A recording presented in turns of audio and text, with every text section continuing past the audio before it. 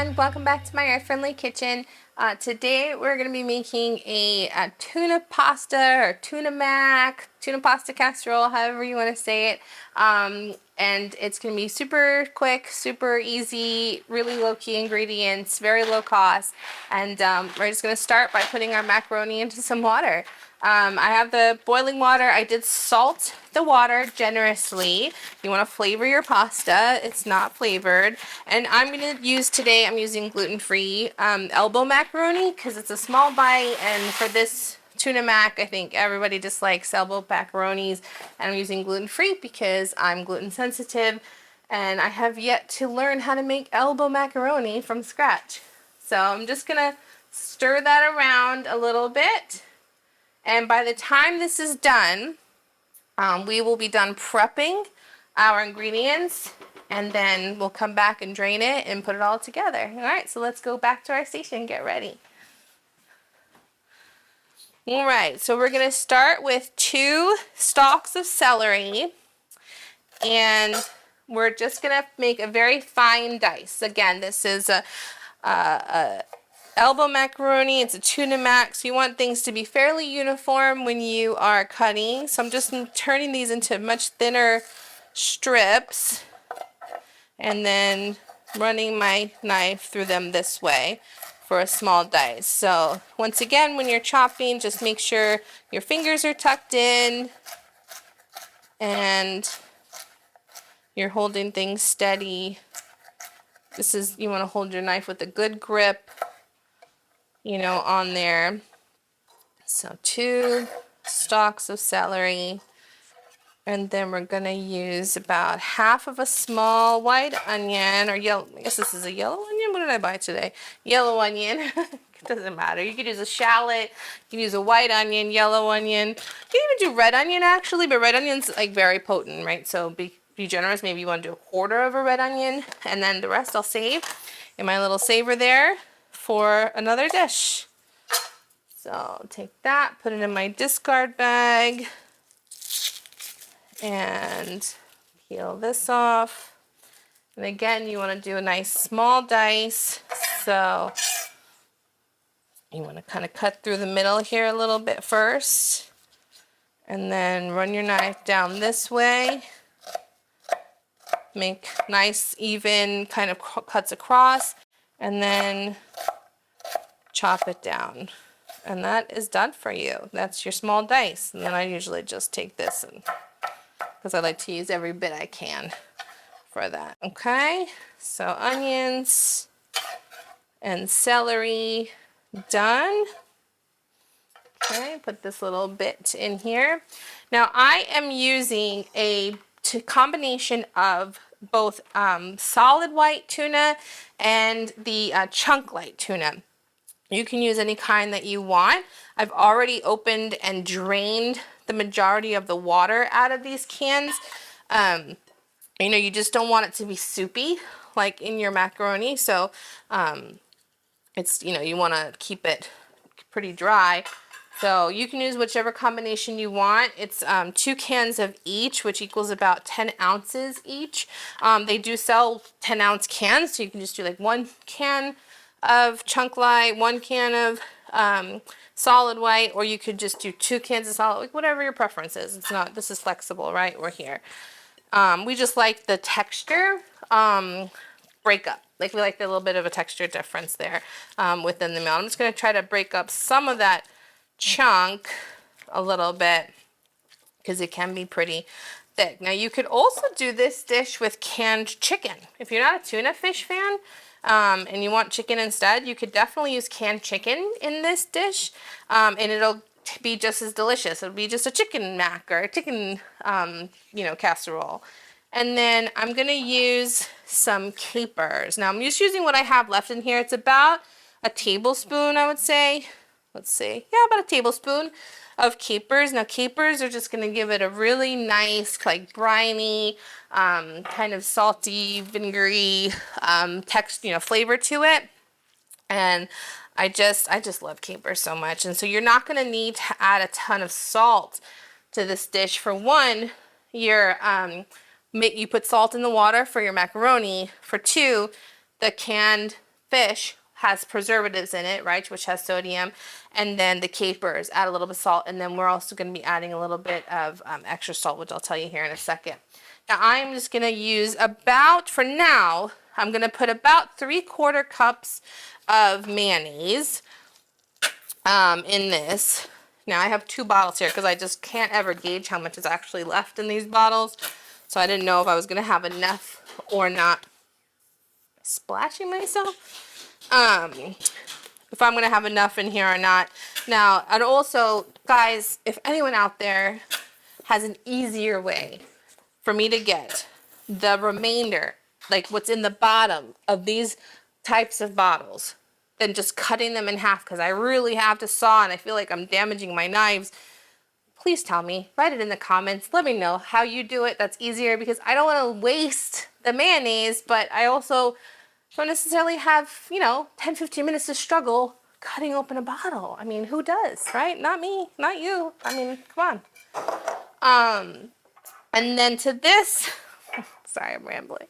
To this, I'm gonna add just the rest of this garlic powder I have in here. It's about 1.5 teaspoons. Now remember, this is not just, we're gonna add the macaroni to this, right? So it seems like a little over seasoned right now, but it's not going to be, I promise you.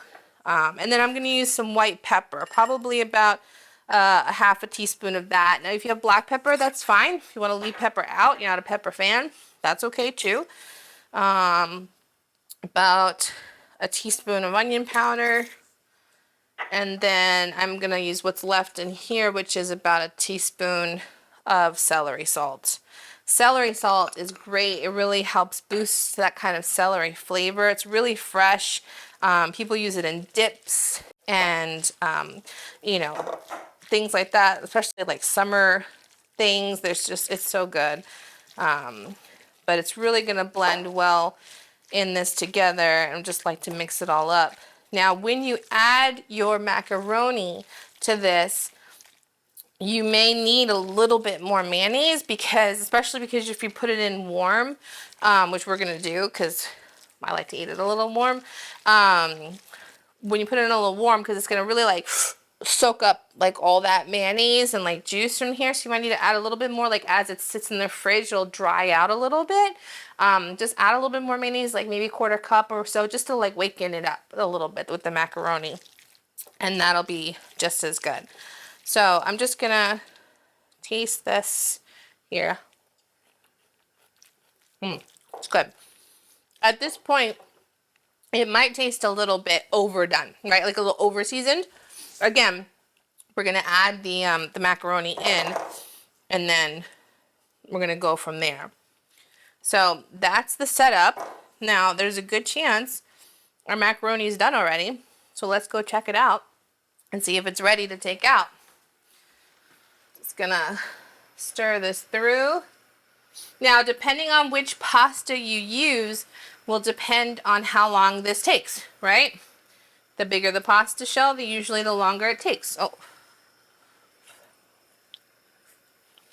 Yep, done. And gluten-free pastas, they also depend, because they're gluten-free, they don't have, they usually don't take as much time either than the regular pastas. But don't try to give my husband gluten-free pasta. He'll want to kill you. Just kidding.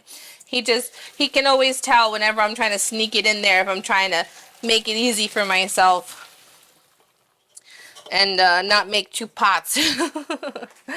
I don't mind, but my daughter doesn't mind the gluten-free. So this, she and I will share for the week. This will be like for lunches and for her dinners and stuff. And so we're just gonna drain this out. Don't need those anymore. And always, of course, I'm getting a little facial here, but remember when you're pouring your water out, you want to make sure you pour it away from you. So nice and steamy. Let's put it together here. Oh, let me grab my spoon back. All right, so we are literally, I'm just going to kind of create like a little well here, just for sake of adding this in. Okay. And then just mix. And the heat, like I said, of the macaroni will really draw out that creaminess. You can, once you can hear it just creaming through. Creaming through? Is that a word? I don't know. Did I just make that up? Gets creamier throughout. How about that? Better English? And you can see it'll just really nice, spreads evenly. So even though this is just 1 pound of macaroni to this amount of tuna and other ingredients here. And then, of course, you know, we're going to taste again, see if it needs any more flavoring, seasoning, and then go from there. And then, of course, because all your other ingredients were not hot, it's going to cool down the macaroni a little bit. And you want to, you know, make sure you do catch your pasta right when it's al dente, because if it's overdone and you start mixing it, it'll start to break apart the macaroni. And then, not that it's still not going to be delicious, it's just, you know, not going to be as cohesive, I guess you would say. All right, I'm just going to taste this now. And it's perfect. So I'm literally just going to let this cool down. Now, anytime you put something warm into the same container that you are going to put into your refrigerator, you want to make sure that you leave it out until it gets to be room temp at least. If not, you know, obviously, I guess you can't get cooler than room temp when you're leaving it out at room temp. But anyways, get it to room temp, then cover it, then put it in the fridge. Because if you put it in hot, you cover it now, first of all, it's going to steam in there, and that creates condensation, that creates moisture, but that breeds bacteria, right? So this is going to go bad quickly versus as if you just waited that extra time to cool this down all the way and put it into the refrigerator. And the second thing is it'll make it, because it has all of that moisture in there, it just, you know, not only does it accelerate the decomposition of the food, it also will make this very mushy, you know, because it is pasta and you don't want to add more water because you're basically continuing to cook it then at that point. So that's my little tidbit for the day for that. So anyways, that's what I'm going to do. Let this rest to room temp and then cover it, put it in the sink, and I'm just going to share this with my daughter whenever she gets home.